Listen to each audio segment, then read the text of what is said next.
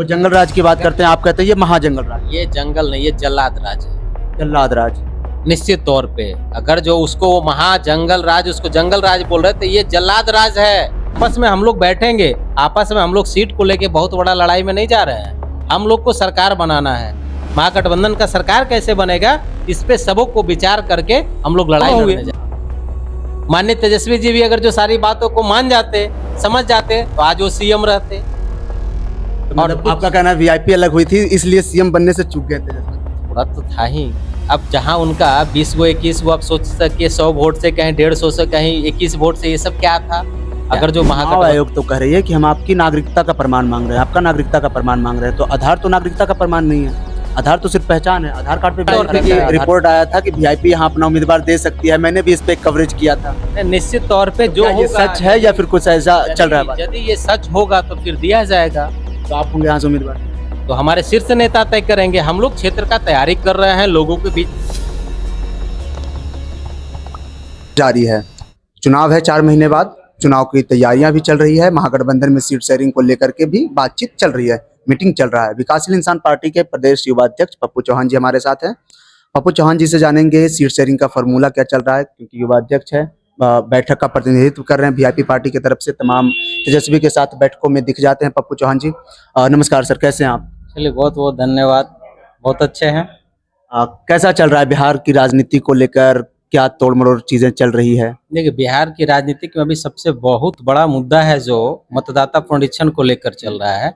इसमें सारे गरीब, पिछड़े, अति पिछड़े, शोषित, वंचित परिवारों का जो नाम काटने का जो एनडीए सरकार, भाजपा सरकार की जो चाल है, ये उजागर हो चुका है।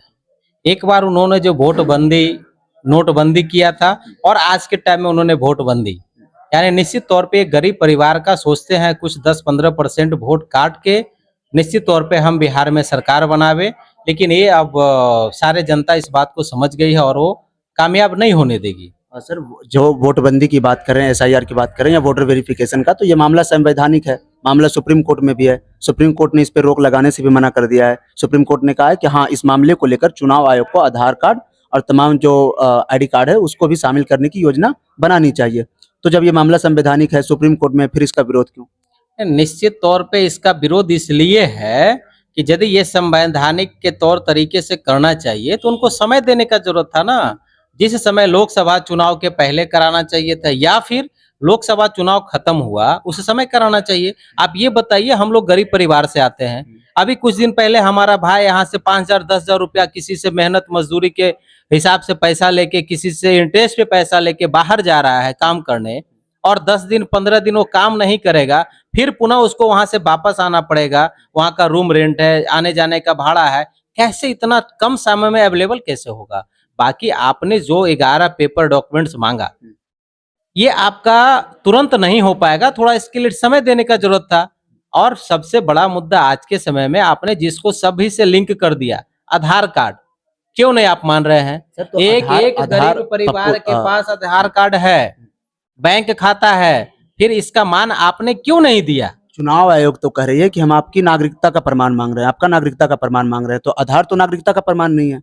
आधार तो सिर्फ पहचान है। आधार कार्ड पे भी लिखा रहता है आधार नागरिकता का प्रमाण नहीं है। ठीक है, तो हम आपके पास 2003, आपका कहना था इसके पहले 2003 में आप लोगों ने किया है ऐसा, लेकिन 2003 में भी जो मतदाता पुनरीक्षण का कार्य चला था, आपको बता देते हैं, उस समय हम लोगों का नाम वोटर लिस्ट में नहीं था। लेकिन और जो लोग गार्जियन का था, उनसे यही बात जानकारी हुआ कि उस कार्य को करने में पूरे लगभग 1.5 साल समय लगे थे, और उसमें कोई डॉक्यूमेंट्स नहीं मांगा गया था। उसमें केवल आपको फॉर्म दिया था और सभी से साइन टिप्पा दस्तखत लेके कंप्लीट किया गया था। उसके बावजूद भी 1.5 साल समय लगा था। उस समय का जनसंख्या क्या था वो आप तुलना कीजिए, और आज का समय आप इसको 1 महीना में कैसे कर दीजिएगा? आज का जो हकीकत हालत है क्षेत्र में, जितने बीएलओ हैं, जितने डीएम साहब हैं, सारे लोग प्रेशर डाल के बीएलओ को जबरदस्ती फॉर्म लेके, जो व्यक्ति नहीं है उसका भी फॉर्म टिप्पा लेके करा ले रहे हैं। ऑटोमेटिक वो चाह रहे हैं कि हमने सरकार को दिखाया कि हमने इतना परसेंटेज किया। आप 72, 75, 80, 90, 95 का जिक्र कर रहे हैं। अभी आपका बीएलओ का आज 22 तारीख है, 25 तारीख तक का डेट था, आपका बीएलओ 3 दिन पहले से लेना बंद कर दिया। क्या बात है? क्यों ऐसा कर रहा है? ये कहीं ना कहीं गरीब परिवार को इस जो मतदान का अधिकार है उनका, उससे हनन किया जा रहा है, उससे रोकने का कोशिश किया जा रहा है। इस बात को जनता मतलब आप मानते हैं कि वोटर वेरिफिकेशन कराना है तो ठीक है करवाइए, लेकिन एक समय देना चाहिए था, प्रॉपर चाहिए था, पर्याप्त समय देना चाहिए था, मिनिमम 6 महीना का समय देना चाहिए था। ये कोई तो दिक्कत नहीं। वोटर वेरिफिकेशन की बात हो गई। मैं अब बात करूंगा राजनीति को लेकर। तो बिहार की राजनीति में महागठबंधन के बीच में सीट शेयरिंग का फॉर्मूला क्या है? देखिए, अब बैठकों का दौर जारी है, आपको बैठकों में भी देखा है तेजस्वी की नहीं बैठकों में। ठीक है, बहुत बहुत धन्यवाद। आपके चैनल से जो भी लोग देख रहे हैं सभी को बहुत बहुत धन्यवाद। मैं पप्पू चौहान शेखपुरा जिला से आता हूं और वीआईपी पार्टी से युवा प्रदेश अध्यक्ष हूं। माननीय हमारे पूर्व मंत्री मुकेश सहनी जी के द्वारा मैं भी ये बिहार राज्य प्रदेश में जो महागठबंधन की सरकार में जो अभी वर्तमान में समन्वय समिति का जो कोऑर्डिनेशन कमेटी है बिहार राज्य में, जिसमें 21 आदमी है, माननीय तेजस्वी यादव भी हैं, माननीय मुकेश सहनी जी भी हैं, उस 21 आदमी में हम भी शामिल हैं। ये बहुत बहुत धन्यवाद देते हैं हमारे शीर्ष नेता को।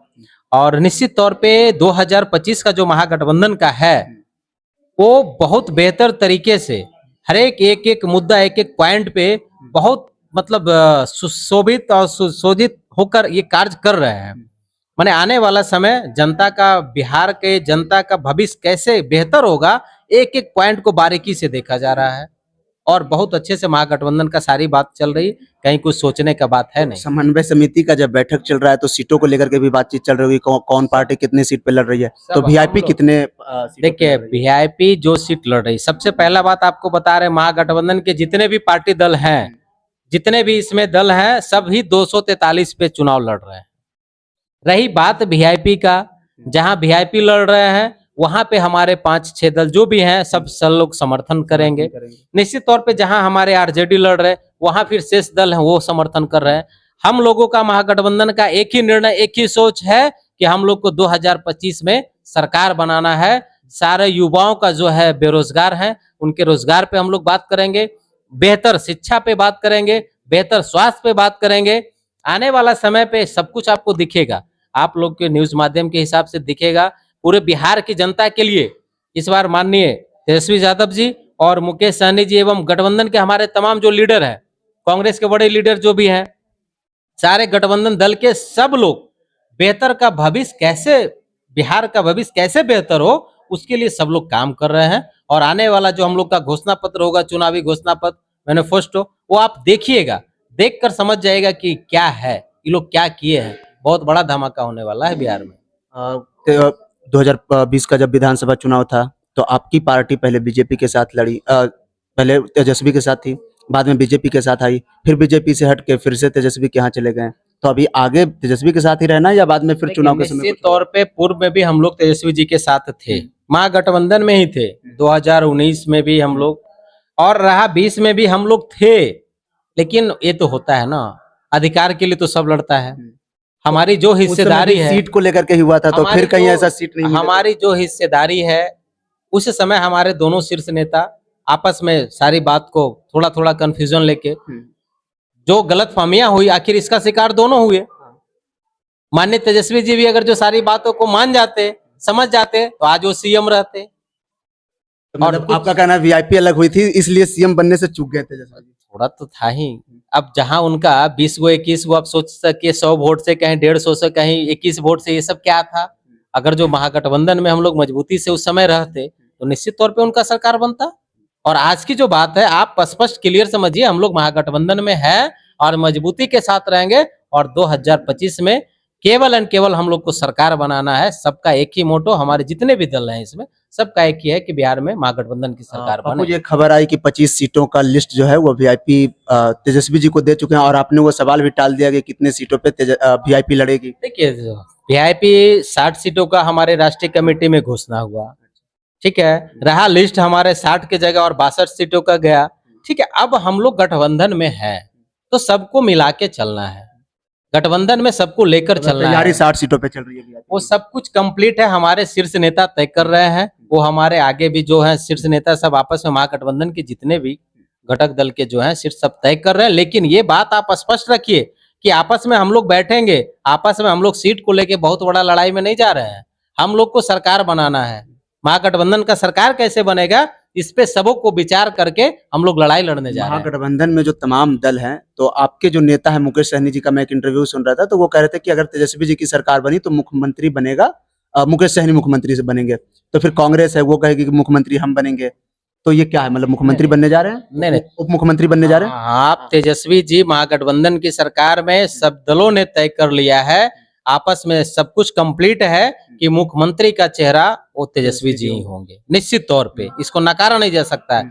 रही बात हमारे माननीय मुकेश सहनी जी, तो डिप्टी सीएम होंगे। तो फिर कांग्रेस कहाँ जाएगी? कांग्रेस है साथ में रहेंगे, हम उन लोग को केंद्र नेतृत्व कर रहे हैं, हम लोग सारे लोग उनके साथ हैं।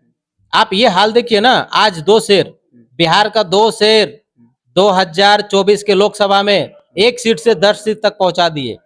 दोनों कितना मेहनत किया आप समझ सकते हैं। 2025 में जैसे ही मुकेश सहनी का नाम डिप्टी सीएम में घोषणा होगा, आपको बता देते हैं ये अति पिछड़ा का एक एक वोट मजबूती के साथ मुकेश सहनी जी के साथ खड़ा होगा और इतना बहुमत से सरकार बनेगा, एनडीए सरकार कभी सपना में नहीं सोचेगी कि हमारा इतना बड़ा हार कैसे हुआ। अच्छा, जातीय जनगणना का ऐलान किया गया था कुछ दिन पहले, आप लोग भी मांग कर रहे थे और विपक्ष पूरा मांग कर रहा था जातीय जनगणना का, लेकिन बीजेपी मना कर रही थी कि जातीय जनगणना नहीं करवाएंगे। उनका ये भी कहना था बटोगे तो कटोगे, लेकिन बाद में बीजेपी ने ही ऐलान कर दिया कि जातीय जनगणना होगा। तो इसका फायदा आपको मिलेगा या बीजेपी को मिलेगा? निश्चित तौर पे जातीय जनगणना का उद्भेदन हमारे शीर्ष नेता जो हैं, जो गरीबों की आवाज को उठाते हैं, शोषित वंचित का जो आवाज उठाते हैं, उन्होंने किया। जान रहे हैं कि आज पूरे बिहार नहीं पूरे देश में हमारी आबादी सबसे ज्यादा है, गरीबों का, पिछड़ों का, शोषित वंचित सभी का, इन लोगों का जो आबादी ज्यादा है, लेकिन इनका हिस्सेदारी 0 बराबर मिल रहा है। तो निश्चित तौर पे इसका होना चाहिए और होगा। आप ये जो बात बोल रहे हैं, हम लोगों के दबाव में भाजपा सरकार यदि आज गच रही तो हम लोगों के दबाव में, उन लोग समझ गई है कि हम लोग नहीं करेंगे तो निश्चित तौर पे जनता हमारे साथ नहीं होगा। एक फायदा किसको पहुंचेगा, विपक्ष को या पक्ष को? नहीं, हम लोग को पहुंचेगा, महागठबंधन को पूरे देश में होना है। आप लेंगे? हाँ निश्चित तौर पे, क्योंकि ये डिमांड हम लोग का था, बात हम लोग का था। देखिए एक बात बोल देते हैं आपको, हमेशा एनडीए सरकार जो है ना, वो चाहे बिहार राज्य की बात हो चाहे केंद्र की बात हो, ये लोग केवल जुमलेबाज है। महागठबंधन का सरकार 2025 में घोषणा किया था, आपस में हम लोग चर्चा कर रहे थे, क्षेत्र में जा रहे थे, माननीय तेजस्वी जी शीर्ष नेता हमारे जितने भी हैं, सभी लोगों ने बात किया कि माई बहन मान सम्मान योजना के तहत हम लोग 2500 रुपया देंगे, ठीक है। हमारे वृद्धा पेंशन, विधवा पेंशन जितने भी हैं, सभी को हम लोग 2000 से स्टार्ट करेंगे, ठीक है। ये सारी बात हो रही थी। आप समझिए एनडीए का सरकार, भाजपा सरकार जो 20 साल से बिहार को खत्म करने का काम कर रहा है, आप 400 रुपया से 500 नहीं किया, आज दबाव में 1100 रुपया दे दिया। हम लोगों ने 200 यूनिट बिजली फ्री करने का बात किया, उन्होंने 125 यूनिट किया। 125 यूनिट में भी केवल बिहार की आबादी 12 करोड़ से ज्यादा है, लेकिन फिर भी वो देने का काम कर रहा है केवल 1 से 1.25 करोड़ परिवार को। बाकी परिवार कहाँ जाएंगे? तो महागठबंधन की सरकार जो भी है सूझबूझ के साथ अपनी बात को ला रही है, मतलब निश्चित तौर पे क्षेत्र में उतारेगी उस बात को। इसका उदाहरण है तेजस्वी की सरकार, महागठबंधन की सरकार जो 17 महीना में कार्य हुआ, वो आप देखिए। उसके बावजूद भी 17 महीना फिर बीत गया, 18 महीना बीत गया, आप देखिए वो 17-18 महीना फिर इधर क्या रोजगार लोगों को मिला, क्या बात हुई। हम लोगों फील्ड में जो भी उन्होंने कार्य किया है 20 साल के अंतर्गत, महागठबंधन की सरकार इसका तुलना केवल 20 महीना में पूरा करके दिखाएगी लोगों को। एक नई पार्टी आई है जनसुराज पार्टी, जिसके बारे में आप भी जानते होंगे। प्रशांत किशोर जो पहले रणनीतिकार थे, काफी पार्टियों के साथ काम किए, 2014 में मोदी जी को भी प्रधानमंत्री बनाने में उनका हाथ माना जाता है। अभी वो अपनी खुद की पार्टी बना लिए हैं, तो इसका कितना प्रभाव पड़ेगा, किसका वोट काटेगा? आप लोग उसको बीजेपी का बी टीम बताते हैं, लेकिन प्रशांत जी कहते हैं मैं किसी की बी टीम नहीं हूँ, मैं खुद का काम कर रहा हूँ। तो इसका फायदा आपको पहुंचेगा या आपको नुकसान पहुंचेगा, वोट कटेगा? आप ये समझ जाइए, उन्होंने जो कार्य किया था पूर्व में, भाजपा सरकार उनको पैसा देती थी तो भाजपा का बात करते थे, जब दूसरा सरकार उनको पैसा देने लगी तो दूसरा का बात किए। आप अपने मोबाइल में निकाल कर देखिएगा लालू जी के बारे में प्रशांत जी क्या बोल रहे हैं पूर्व में, कि लालू जी ने ही गरीबों, शोषित वंचितों की आवाज को उठाने का काम किया है। अभी भी बोल रहे हैं, अभी भी वो रैली में भाषण में बोलते हैं कि मैं इस बात को एक्सेप्ट करता हूं। मैं ये कह रहा हूं कि आज जो प्रशांत किशोर जो पूर्व में क्या विजन लेके आए थे और आज क्या कर रहे हैं, हम लोग सब अपने कार्य पे हैं। कौन क्या करता हम लोग को उससे कोई लेना देना नहीं है। हम लोग अपने साथ, अपने महागठबंधन के तमाम जितने दल हैं, हम लोग अपना काम अपने जनता के बीच में जा रहे हैं, अपनी बात को रख रहे हैं। आने वाला बेहतर भविष्य बिहार का कैसे होगा, वो उसको बेहतर बनाने में हम लोग अपना समय लगाएंगे। कौन कौन से ऐसे विजन है जिस पे आप काम कर रहे हैं? जैसे एक होता है कि अगर आपकी सरकार बनी तो ये चीजें बदल जाएगी, ये चीजें हो जाएगी। निश्चित तौर पे अभी समय बाकी है।